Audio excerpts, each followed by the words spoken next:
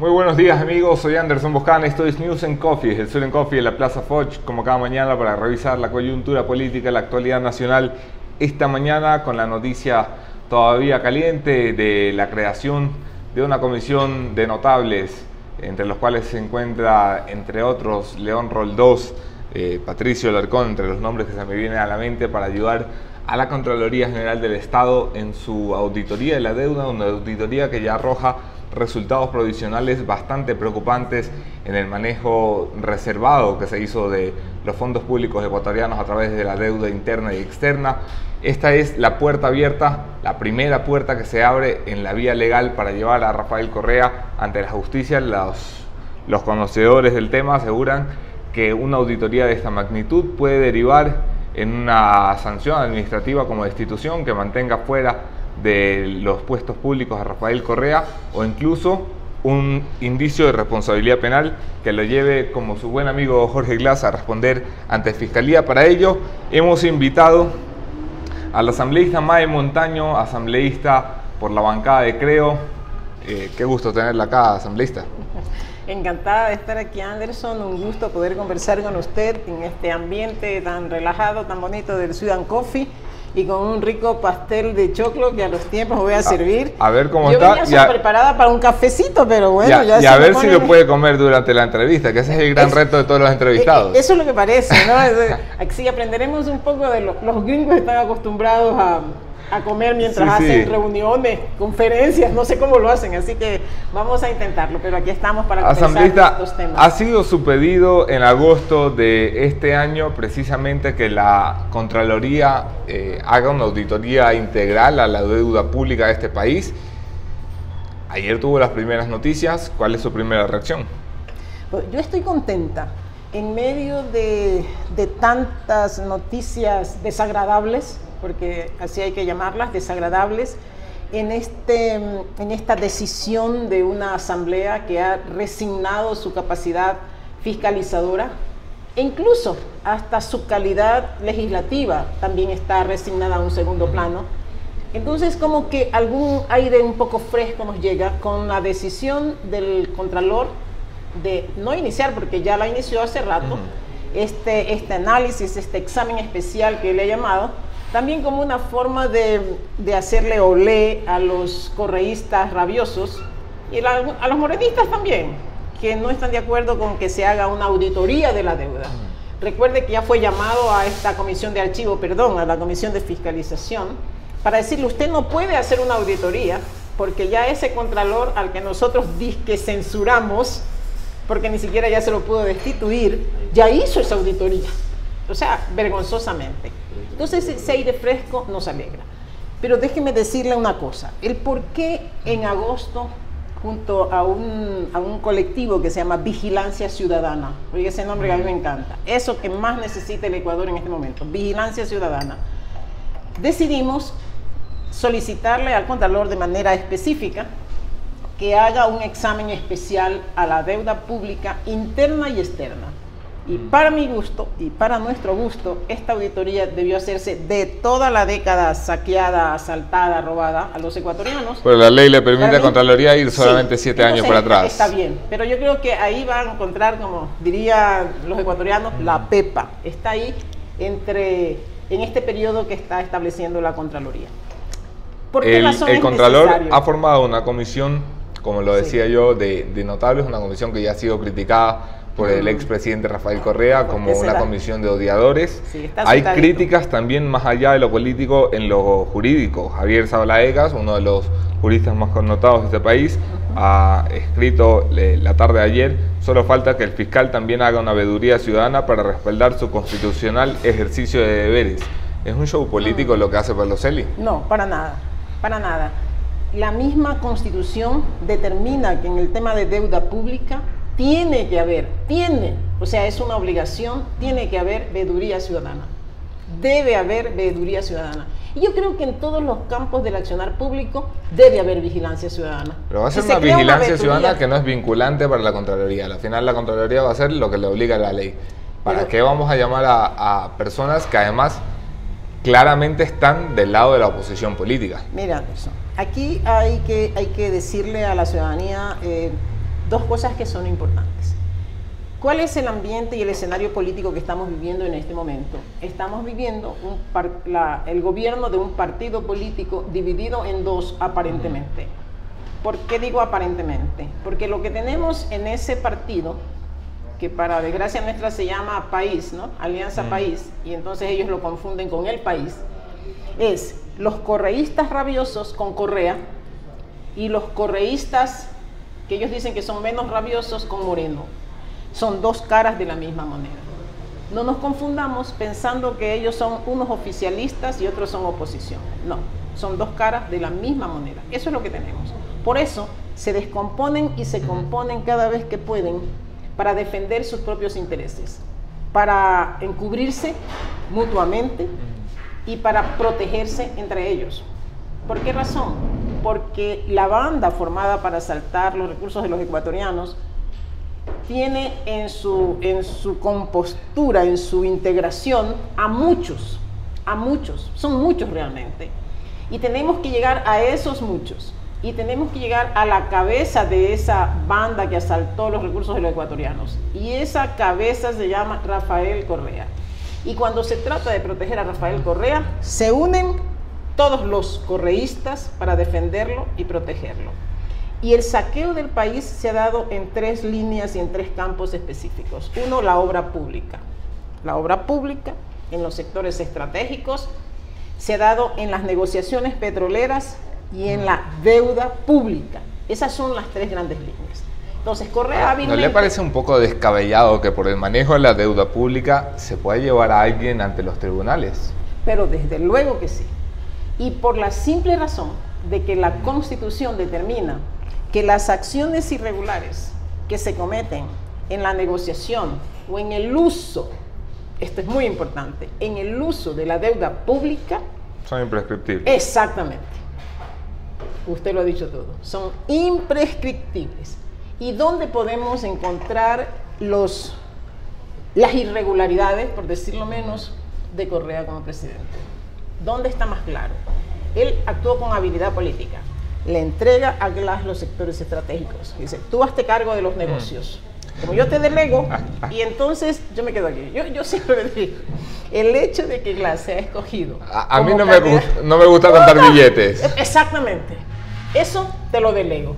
Ahí está, tú haz lo que quieras con los sectores estratégicos, como pensaron que teniendo contralor de bolsillo, porque tenían contralor de bolsillo realmente, contralor de bolsillo, la justicia de su propiedad y una legislación, una legislatura y un congreso, una asamblea, como le queramos llamar, que no iba a fiscalizar jamás, pensaron que nunca los ecuatorianos íbamos a poder ni siquiera determinar la responsabilidad de Glass, menos de Correa.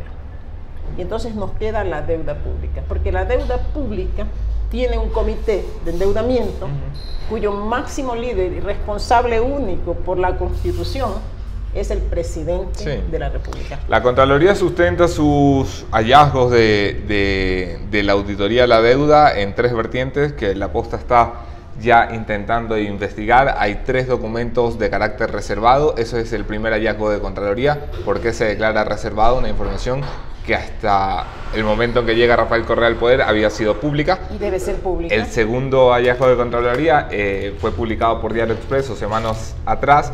Es el manejo de las petroleras estatales obligándoselas, contrario a la ley, a endeudarse para financiar el gasto corriente del Estado. Y el tercer gran elemento es que, como lo señalaba usted, la deuda pública es el única área en discusión donde la firma del presidente no tiene terceros. Es la firma de Rafael Correa Delgado. Así es. Y hace muy bien la Contraloría al definir estas tres vertientes, estos tres ejes. El tema de la legalidad, porque ahí van a encontrar inconstitucionalidades e ilegalidades claras. ¿Por qué?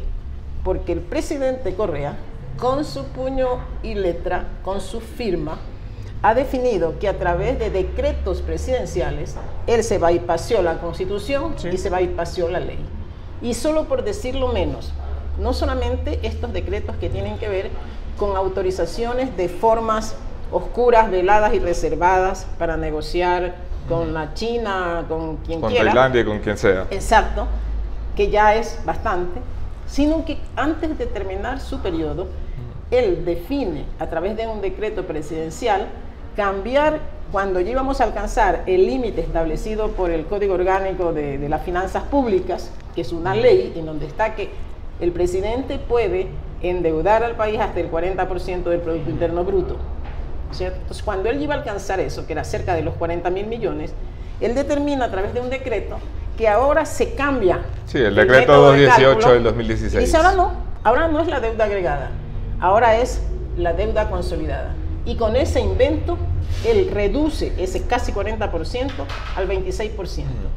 Y le deja al presidente Moreno una trampa. Yo he dicho en el Pleno, en las discusiones ya llevamos 2 presupuestos en donde se aprueba con la venia de la mayoría de los correístas de ambas caras. Se han aprobado estos presupuestos pasando el límite del endeudamiento con este artificio de la deuda consolidada y no agregada, en donde lo que se hace prácticamente es negar el monto de la deuda interna. Sí, evidentemente es una medida que no ha sido objetada por el presidente Lenín Moreno, salvo ante las cámaras, que bastante popular lo volvió cuando lo denunció ante los micrófonos. Sigue utilizando la misma medida de cálculo para la deuda. De hecho, presidente Moreno, usted duerme con el enemigo, y duerme con el enemigo por su propia voluntad, porque ya no los ha dicho mangas. Es parte del guión. Usted se queda con el equipo económico y usted sigue ejerciendo y poniendo en práctica las mismas políticas de endeudamiento, en este caso, para ser concretos. Usted se bypassea la Constitución y la ley. Y venimos a los usos, Anderson, porque eso es la legalidad. Usted está pasándose por encima de la ley, usted está pasándose por encima de la Constitución con estos artificios, pero acuérdese que también usted va a ser auditado, el presidente Moreno, así como va a ser auditado ahora este periodo de Correa, por los usos de la deuda. ¿Y por qué razón? Y la Contraloría nos dirá, ¿por qué razón ellos determinan que la venta anticipada de petróleo no es endeudamiento? Primero, porque les permite bajar el monto, ¿no es cierto? Y salirse de los límites. Pero segundo, porque muchos de esos recursos del endeudamiento interno y de la venta anticipada de petróleo ha sido utilizada para gasto corriente.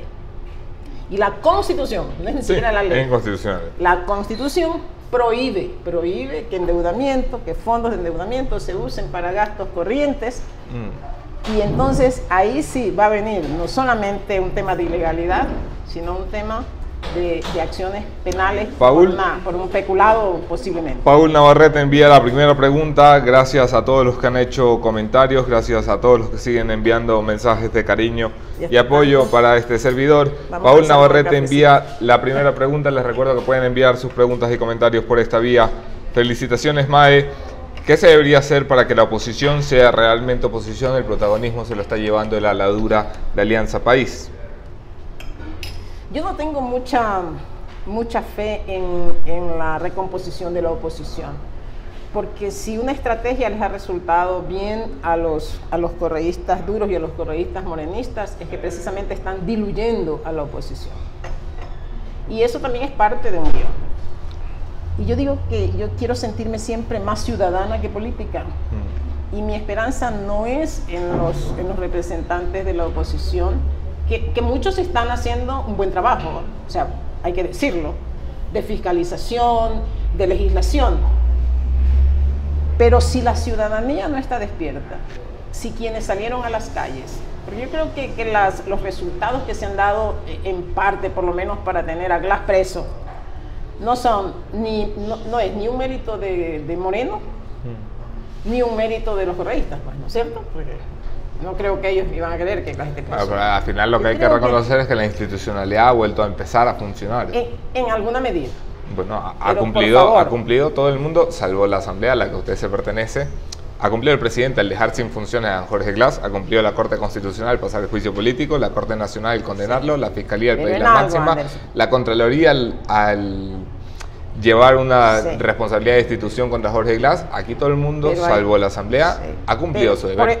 Por eso, salvo la Asamblea. Entonces, ¿dónde queda, yo creo, la mayor esperanza de que esto continúe? De que estas gotas de libertad que nos han dado, porque recuerden que todavía son gotas, por ahí están, no andaban muertos, andaban de parranda.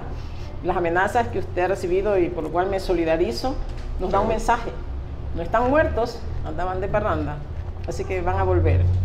Esas gotas de libertad y esos pequeños sorbos de democracia, recuerde que son parte de un guión y que la ciudadanía no debe conformarse con eso. Así que necesitamos a una sociedad civil, a una ciudadanía activa, que aquellos que estuvieron en las calles, que aquellos que reclamaron, que no han vuelto a estar, aquellos que no han vuelto a estar, pero ahora habrá que buscar otros mecanismos y otras estrategias. Porque estar en la calle siempre también desgasta, y yo creo que este es un momento de tomar la consulta popular. Yo creo que este debería ser un momento de quiebre.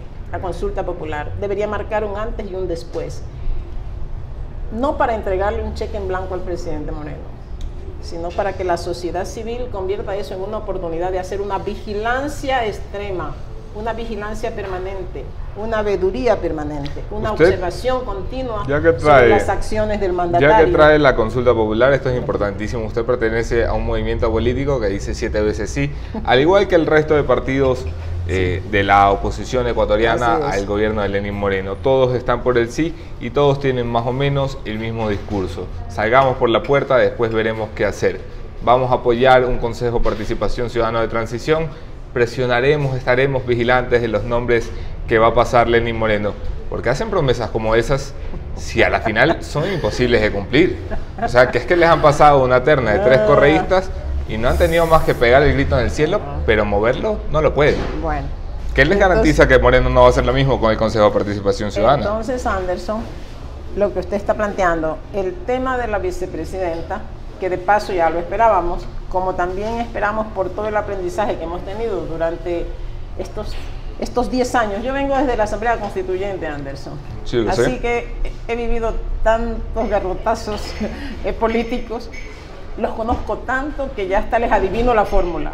Yo sé, cada vez que va a haber una cosa de estas, yo le digo a mis compañeros, a ver, ya verán lo que va a pasar. Lo que va a pasar es esto, esto, esto. Y ya verán lo que hace el presidente Serrano en la dirección de esta sesión. O sea, ya conocemos de memoria. Porque ni siquiera es que han cambiado las formas, son las mismas. O sea, no debería sorprendernos. Y la oposición, si de verdad tuviera fuerza y no fuera tan maleable en su conciencia, yo creo que podríamos anticiparnos.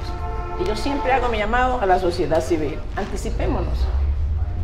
Anderson, no solamente en agosto nosotros hicimos esta solicitud al Contralor, que ahora nos satisface ver que esté actuando, y nos satisface aún más que haya esta veeduría de ciudadanos respetables, en la que realmente yo quiero destacar la presencia de una mujer como la doctora Ana Abril, una ex magistrada, una académica de alto nivel, una mujer de alto nivel. Y la presencia de personas como ella me da la garantía de que no se dejarán manipular por el Contralor. Y ya también en la vida hay que aprender a reconocer cosas. Volviendo a lo concreto, antes de que se me escape de la pregunta, asambleísta, ¿cómo se le garantiza la promesa que hoy le están haciendo, que es una promesa electoral a su electorado, de que no va a dejar que un Consejo de Participación Ciudadana de Transición sea un Consejo de Participación Ciudadana de Moreno? Yo vuelvo a repetir, que yo, siendo política, no tengo mi confianza en los políticos, sino en la sociedad civil y en la ciudadanía.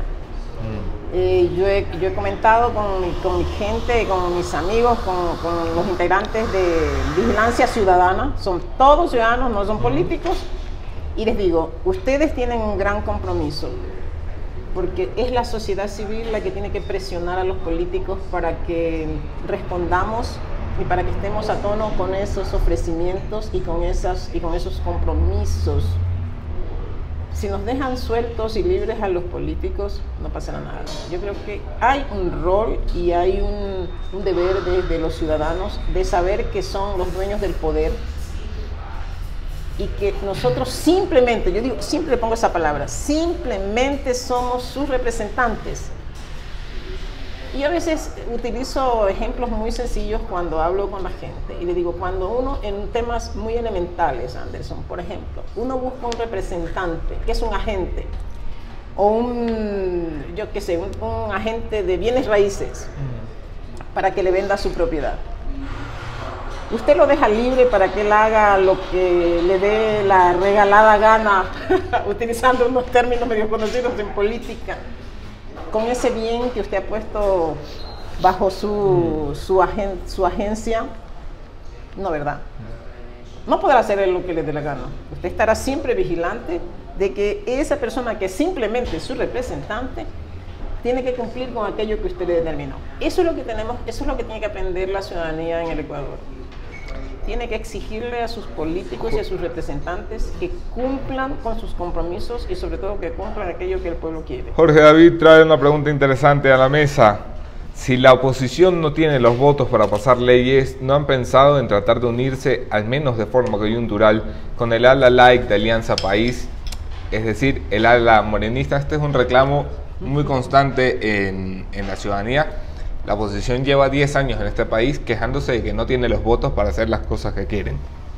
Pues ahora hay una puerta para hacer una alianza coyuntural en temas puntuales, una agenda mínima y sacar los votos y sacar el país adelante. ¿Por qué no lo hacen? Bueno, pero depende de qué tipo de agenda, depende de qué temas coyunturales. Porque si la coyuntura, como así la han tomado algunos, si la coyuntura era escoger a cualquier persona de la terna con justificaciones que realmente no satisfacen a la gente, pero que sí satisfacen a los que tomaron la decisión de apoyar, entonces si esa es la actitud de entreguismo, entonces a mí me parece que no es lo conveniente. Si la agenda que prima es el interés del pueblo ecuatoriano, entonces ahí sí nos podemos juntar. ¿Cuál era un momento apropiado para haber consolidado una mayoría en pros del combate a la corrupción? El juicio político. Bueno, en esta misma silla estuvo Daniel Mendoza, representante de los morenistas, y aseguró que a él le hubiera parecido muy bien llevar la iniciativa de forma conjunta entre Alianza País y la oposición. La propuesta nunca estuvo sobre la mesa. ¿Cuál propuesta? ¿La del juicio político? Hacerlo de forma conjunta. Y claro que estuvo sobre la mesa. ¿Cuántas semanas le llevó a Roberto Gómez conversar con todas estas fuerzas para conseguir que solamente una asambleísta del grupo morenista firme la solicitud de juicio político? Sí, la asambleísta Marcia Arregui. Exactamente.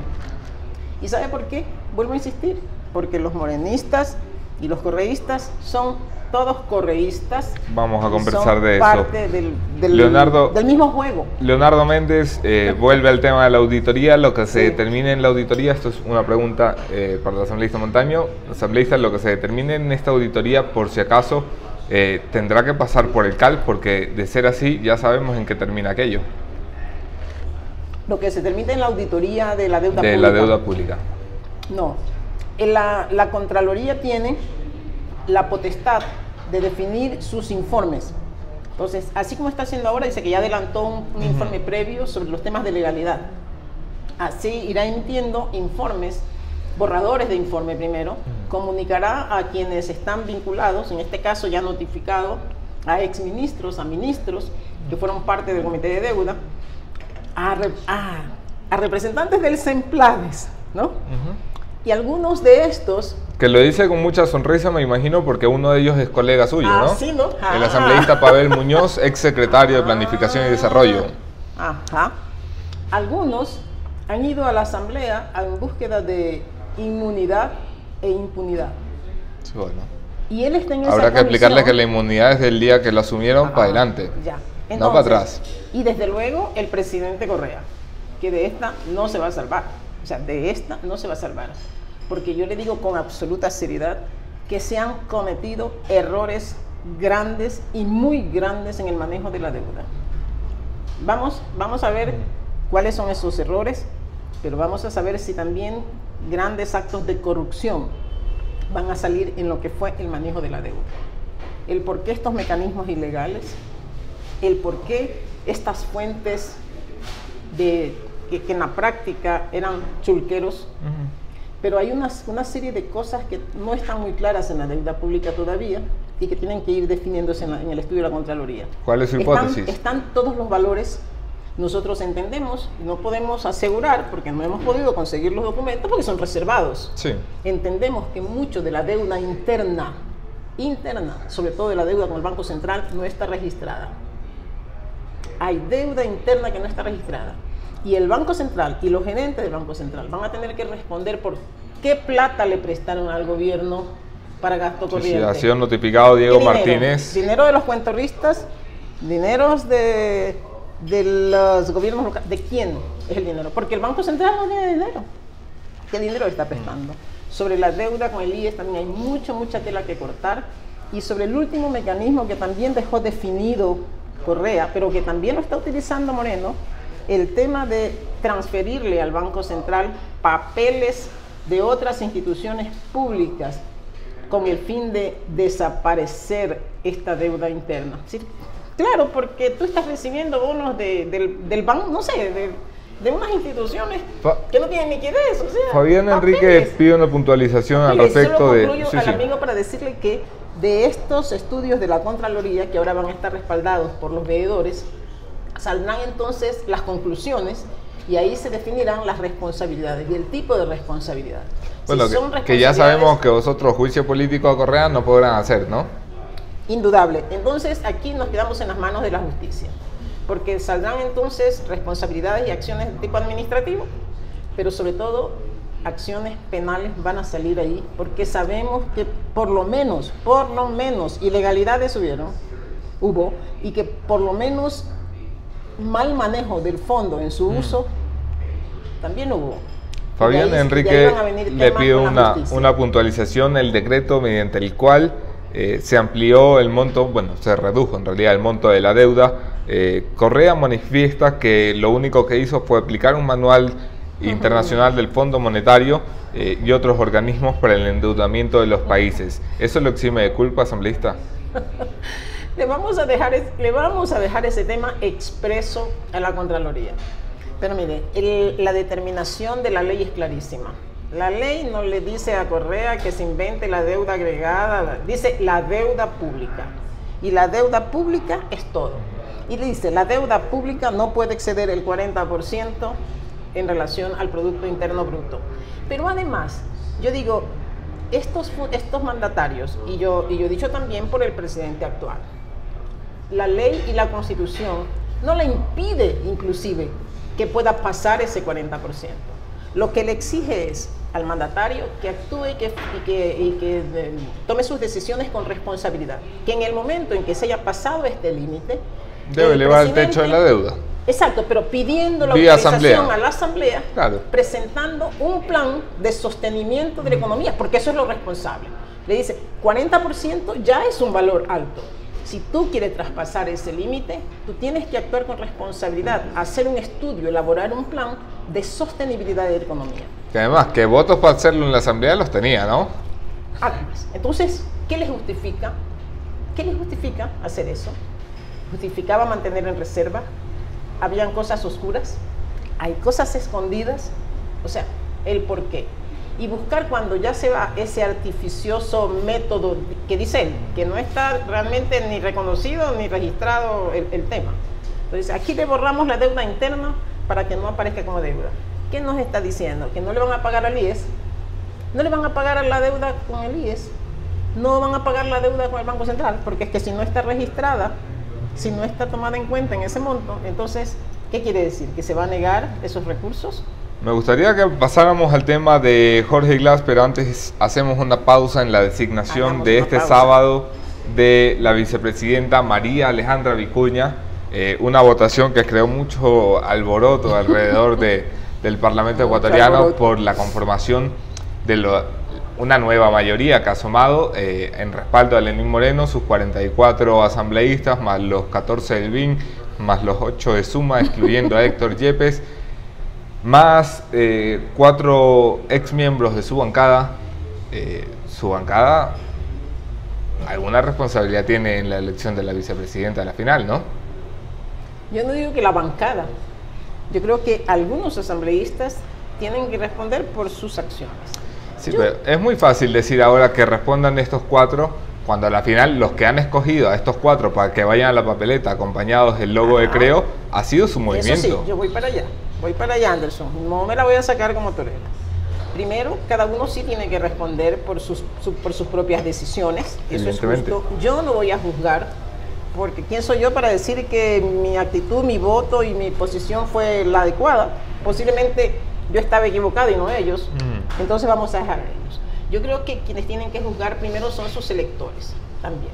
Le dieron el voto, le dieron su confianza el electorado sabe que su voto tiene que servir para castigar o para premiar a aquellos que responden o no a aquello que fue el mandato ciudadano. Pero sí, las organizaciones políticas también tienen que tomar estos hechos y estas actitudes para autoevaluarse, para analizarse al interior, para saber si la organización política también tiene una responsabilidad en eso, y también tiene que responderle a la ciudadanía si es que la organización política se equivocó, para enmendar los rumbos. ¿Por qué no lo responde usted? ¿Su organización política se equivocó? Porque en este caso son los líderes de la organización los que tienen que responder. No eché la pelotita para arriba, asambleísta Montaño. Bien, no, yo digo que hay que evaluarlo, y yo no estoy en este momento en disposición de juzgar a mis amigos. Nico Buñay pregunta al respecto. Las organizaciones políticas tienen que hacer sus ajustes y tienen que velar por presentarle a la ciudadanía los mejores cuadros y gente formada, pero usted sabe cómo opera, y así operan todas las organizaciones políticas, de manera electorera también. Nico Buñay le pregunta directamente, asambleísta, ¿fue un error de Creo aliarse con Suma, por ejemplo? Podría ser, pudo ser.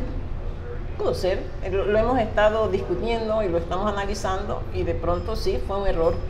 ¿Y por qué? Porque cuando se hacen las alianzas, en la mayoría de los casos se piensan en los resultados electorales. Se está pensando en los votos y no en qué hacemos después de tener los votos. Exactamente. Y esos son temas que hay que corregir dentro de las organizaciones. Y si yo diría lo contrario ahora, la gente sabría que les estoy mintiendo. ¿Cree usted que alguien en su organización, de la parte directiva, me refiero a Guillermo Lasso para abajo, va a dar algún tipo de explicación respecto a las decisiones del movimiento? Porque todavía no llegan. Esperemos que lleguen. Yo también espero que lleguen.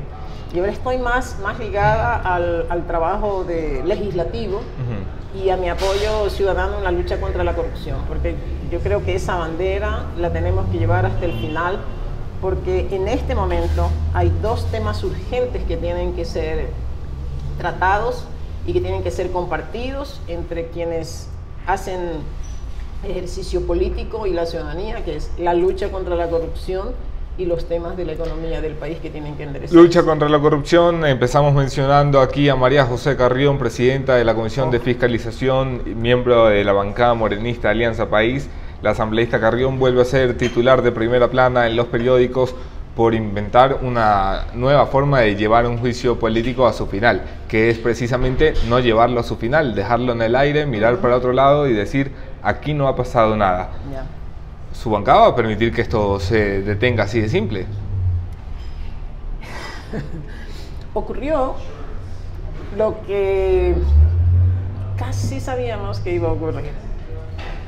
Dígame usted, ¿es solamente María José Carrión la que estuvo de acuerdo en que ahí tenía que dar el juicio político? Bueno, María José Carrión, apoyada por Silvia Salgado, apoyada por Daniel Mendoza, y los morenistas de la comisión. O sea, las dos caras. No, esto ha sido solamente el morenismo, ¿no? El correísmo ha optado por otra vía.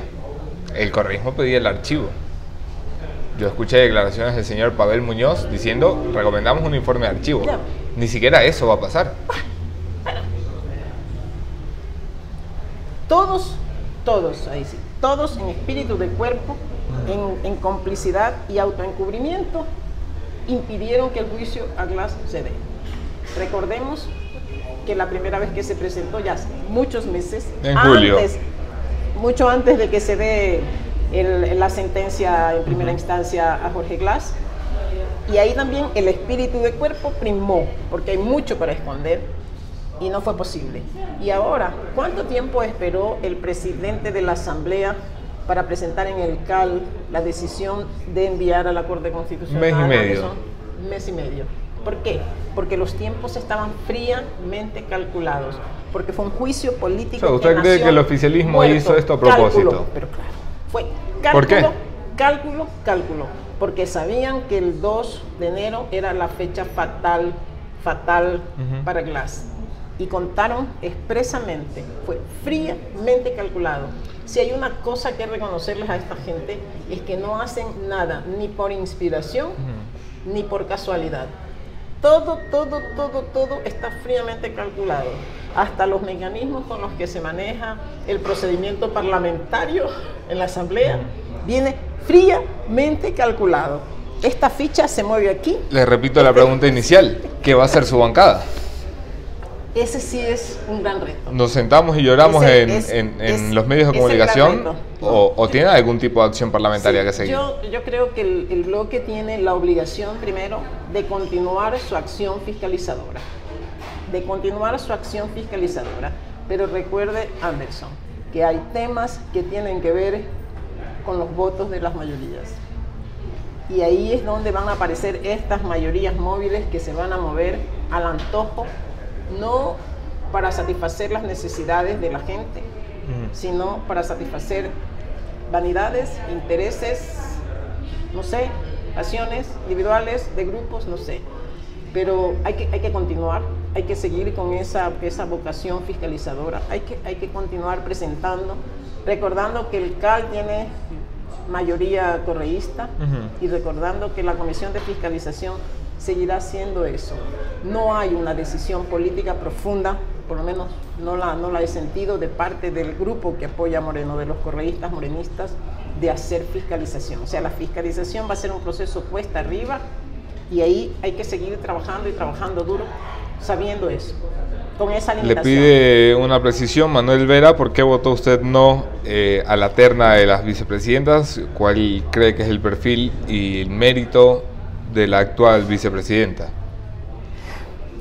A las tres señoras que conformaban la terna, yo las conocí muy bien, ¿no? Han sido actoras en estos 10 años, 7 años, bueno, en estos últimos años por lo menos. Les conozco muy bien. No me daban la confianza, sé que no responden al interés de cambio que tiene el pueblo ecuatoriano, que son de base, y si usted lee o escucha nuevamente las declaraciones de Mangas, podrá encontrar ahí dos nombres que él plantea entre el grupo de figuras que podrían servir de comodín entre la vertiente correísta y el nuevo gobernante, que al final es el mismo proyecto político. Y allá aparecen María Fernanda Espinosa y Roxana Alvarado. La que no aparece ahí y que surge de pronto del grupo del correísmo de Moreno es María Alejandra Vicuña. ¿Por qué? Porque ella, la conocimos y le vimos actuar en la asamblea defendiendo a Chávez, defendiendo al socialismo del siglo XXI, y apasionada por defender y por justificar a Correa, al correísmo y a los hechos de estos 10 años, pero nunca brilló. No sabemos cómo salta de pronto al estrellato. Yo desconozco ahí, en este artificio. Entonces conocíamos muy bien y desde luego no garantizaba esa necesidad que tiene el pueblo ecuatoriano de cambio, de búsqueda de la unidad, de consolidación de un nuevo proceso político. Y la terna yo la califiqué como una bofetada al pueblo ecuatoriano, porque fue la decisión de Moreno y la expresión de Moreno de decir, bueno, aquí yo hago lo que quiera, yo me pertenezco a un partido, yo soy el presidente de un partido, y no demostró ser el presidente del país, sino de un partido político. Y él le interesaba satisfacer a los suyos de espaldas a lo que el pueblo ecuatoriano pensaba y manifiesta. Porque yo he hablado con el ciudadano común, que a veces lee la política mejor que los políticos, casi siempre la lee mejor que los políticos, y me dicen, no estamos contentos, y qué bien que usted votó no, porque ninguna de las tres figuras. He escuchado esta mañana a Guillermo Lazo en entrevistas con Janine Nostroza en Teleamazonas. Yo no lo pude escuchar. El señor Lazo, que es el líder de su movimiento político, ha justificado la expulsión de quienes votaron a favor de la terna vicepresidencial, ya que estamos de vuelta al tema, y aquí se ha generado una gran contradicción, porque al final una de las principales críticas que se hacía desde Creo hacia el correísmo era que era un partido bajo la disciplina partidista, un partido en el que quien se desprendía un poquito de la decisión y voluntad del líder del partido terminaba fuera. ¿Está pasando eso con el movimiento Creo? No sé qué habrá dicho Guillermo y respeto también su criterio, pero a ver, los asambleístas que votaron a favor de la primera integrante de la terna estaban militando ya en Creo, eran de Creo. Uno en realidad era de Podemos. Sí, es una forma muy fácil de desvincularse porque a Esteban Bernal, que es de Podemos también, bien que lo consideran parte de la bancada, porque este es el que mueve los juicios políticos, ¿no? Exacto, pero ya te digo, esta bancada surgida de estas alianzas un poco pegadas ahí, a veces volvemos a lo mismo, el error estuvo en la alianza. Volvemos a lo mismo, ¿no?